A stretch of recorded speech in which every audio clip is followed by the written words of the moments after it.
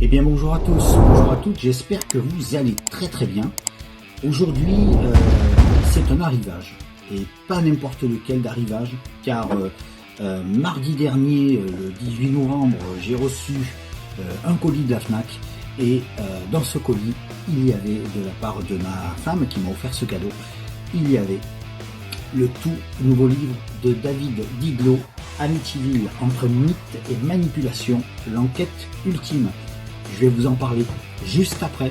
Alors, David Didlot est un professeur de latin, un professeur de français, qui a été bercé par le cinéma d'horreur du genre cinéma bis, le cinéma érotique, le cinéma transgressif, le cinéma fantastique, le cinéma d'horreur, tous les genres en fait, mais surtout le giallo aussi, puisque c'est lui qui avait créé en 1993 jusqu'à 2018 le fanzine Videotopsy. Il a écrit son autobiographie qui s'appelle Replay, que je recherche brillamment, que je le recherche celui-là, évidemment, ça serait bien qu'il y ait une petite réédition d'ailleurs, je serai l'un des premiers à le prendre, bien sûr. Et puis il y a eu toute une collection de livres comme Gore, il y a eu Le Monstre de Florence, et il y a eu beaucoup de livres, de fanzines, de magazines écrits par David Didlot, notamment celui-ci, et je vous avais présenté au début, l'écran fantastique vintage spécial sur les giallo, c'est David Didlot. Puis David Didlot est intervenu sur bon nombre de bonus DVD Blu-ray, tout particulièrement chez Artus Film, les éditions Artus Film, comme dans ce film Emmanuel et les derniers cannibales, puisqu'il intervient dans ce film, dans ce livre, je veux dire dans le film évidemment, oui, il intervient dans le film effectivement, oui, il intervient dans les bonus, voilà, David, super, hein, je savais pas que tu allais jouer dedans.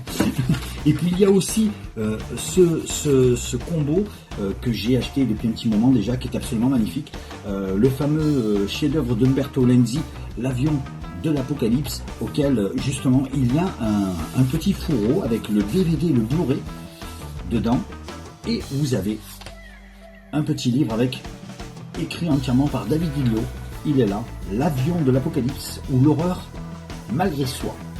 Voilà, donc là on a encore plein de choses, je l'ai lu, c'est absolument faramineux quoi, surtout évidemment c'est un genre, le giallo, qu'il affectionne tout particulièrement, mais l'une de ses peurs les plus paniques, on va dire, l'une de ses peurs les plus, on va dire, les plus profondes, c'est Amityville. L'année dernière, il y a un an, au mois de septembre 2024, sortait ce superbe Destination Amityville chez les éditions Faute de Frappe, qui est absolument génial. Je l'ai lu au mois de décembre, je vous l'avais expliqué, hein, j'ai lu un chapitre par jour, il y a 29 chapitres.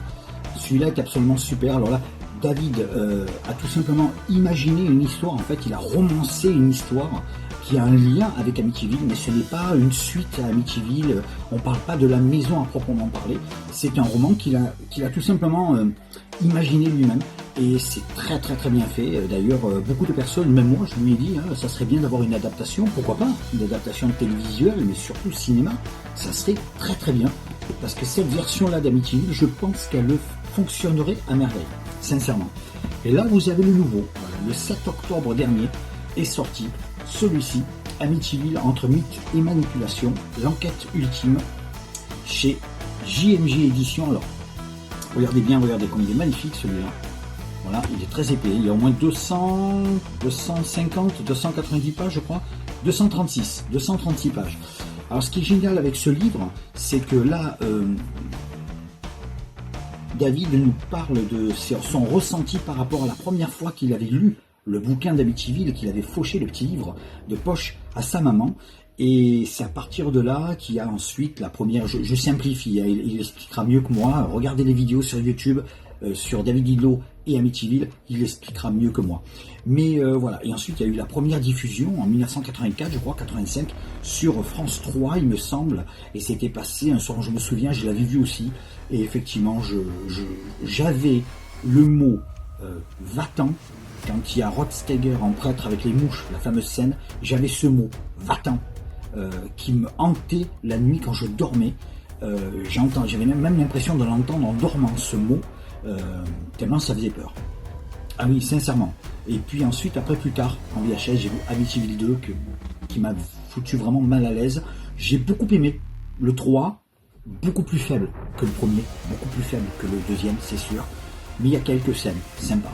Voilà. Je trouve que le 3, la façon dont le film se termine, tout s'arrête. Et je pense qu'à partir de là, ils auraient dû arrêter. Après, faire un 4, un 5 avec des objets de la maison, je trouve ça absolument con. Mais celui-là est absolument sensationnel, car il nous raconte tout le ressenti que David a vécu à partir du moment où il a vu le film. Il a lu le livre pour la première fois et il a vu le film à la télé.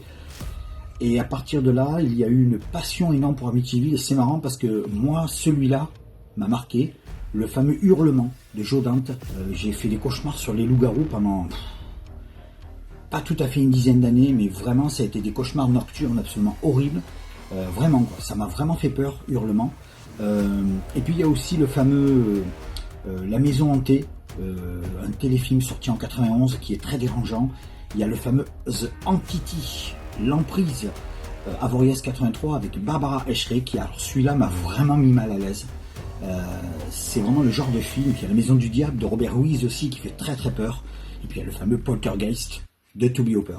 Mais celui-ci, c'est vrai que le Amityville, il marque les esprits. Je vous remets une petite piqûre de rappel. N'oubliez pas ce coffret que je vous ai montré au début de ma chaîne, Amityville, La Maison du Diable, la saga des 3 films avec la trilogie. Il y a en bonus le 5e film, mais là vous avez Amityville Curse de 1990, mais là vous avez Amityville, La Maison du Diable, Amityville 2, Le Possédé et Amityville 3. Si vous voulez avoir un coffret Amityville, les 3 films en DVD, les 3 films en Blu-ray, c'est ce coffret qu'il faut avoir. Parce que celui-là, c'est la totale. Alors je sais, il a été édité il y a un petit moment, en 2019 je crois. 2019. Je ne sais pas s'il est encore disponible à la Fnac ou à Cultura, peut-être. Vous pouvez le trouver encore à un prix assez moyen, comme vous pouvez l'avoir à un prix assez haut. Je ne sais pas du tout, faut voir, faut vraiment regarder dans les sites. Et j'ai réussi à me procurer il n'y a pas longtemps, je l'avais en cassette mais je l'avais revendu à l'époque. Je me suis procuré celui-ci puisque justement David en parle dans ses vidéos. C'est le fameux Amityville Dollhouse. Alors je crois que c'est le 8e film il me semble, hein.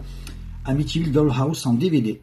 Voilà, celui-là, bon, c'est une énième suite, mais celui-là, c'est pas un chef-d'œuvre, c'est pas un navet, c'est pas un nanar non plus. Il est quand même assez bien réussi, celui-là, j'avais bien aimé à l'époque. Gérard Meur 1997, Amityville Dollhouse, la maison de poupée. Celui-là est vraiment pas mal. Il est vraiment pas mal celui-là. Et il y avait le Amityville 1993 aussi, que j'avais beaucoup aimé. Mais voilà, l'actu, c'est ça. Je l'ai eu pour mon anniversaire mardi dernier, le 18 novembre. Merci à ma femme de me l'avoir acheté. Merci ma chérie. Et bien évidemment, je m'empresse de le lire et quand je l'aurai lu, je vous en parlerai. Je ferai un flash mad spécial pour ce livre que j'attendais depuis un petit moment. Le mois dernier, j'ai pas pu me le prendre. Mais enfin, ça y est, j'ai pu l'avoir et finalement, il m'a été offert. Il n'y a rien de mieux, c'est génial. C'est un très beau cadeau. Je suis vraiment très fier de l'avoir. David Dildo, Amityville, entre mythe et manipulation, l'enquête ultime. Vous pouvez l'avoir de partout. Fnac, Charlemagne, Cultura. Vous allez le commander dans n'importe quel site lié. Et dans certains magasins, il apparaît bien sûr. Petit détail vite avant de terminer. La collection JMG édition. Alors vous avez des livres sur le mystère des loups-garous, le mystère de Bigfoot et des dossiers Warren. Regardez ça. Si vous les voyez bien. Voilà. Là, il y a de belles éditions. Je pense qu'il y en a certains que je vais me prendre. Surtout les dossiers Warren. Et le mystère des loups-garous aussi. Ouais, voilà.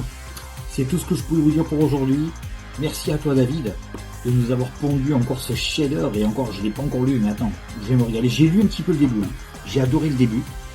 Et il y a une petite phrase que je voudrais vous terminer avant qu'on se revoie vendredi prochain à 20h pour la prochaine vidéo de Matinee Records. C'est ceci.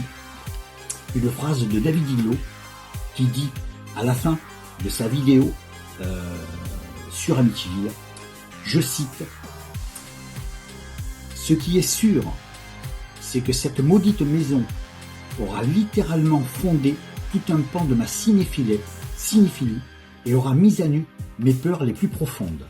En fait, ce n'est pas la maison d'Amityville qui est hantée, c'est plutôt elle qui hante encore ma mémoire. Salut les mads.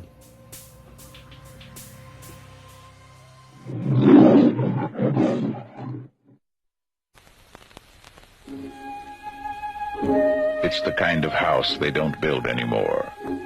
A relic of a time when the world wasn't in such a hurry, when there was still time for a little charm and elegance.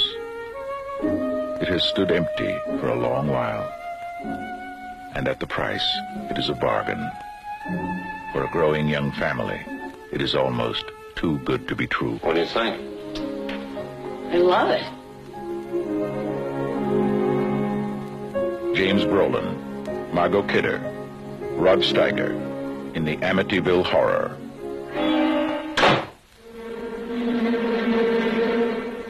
God's peace in this house. Get out!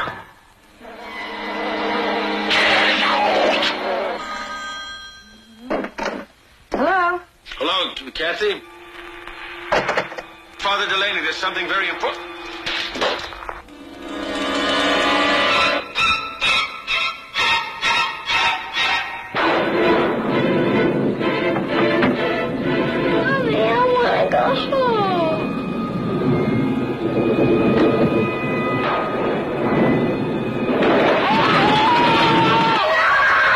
What do you want from us? What's all going on? We have to do something.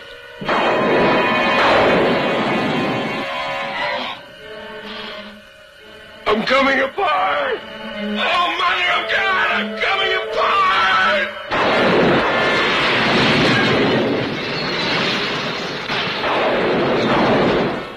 28 days after the Lutz family moved into their dream house, they were running for their lives. What happened to them is an experience in terror you will never forget, and you will believe in the Amityville Horror. From the best-selling book that made millions believe in the unbelievable, the Amityville Horror.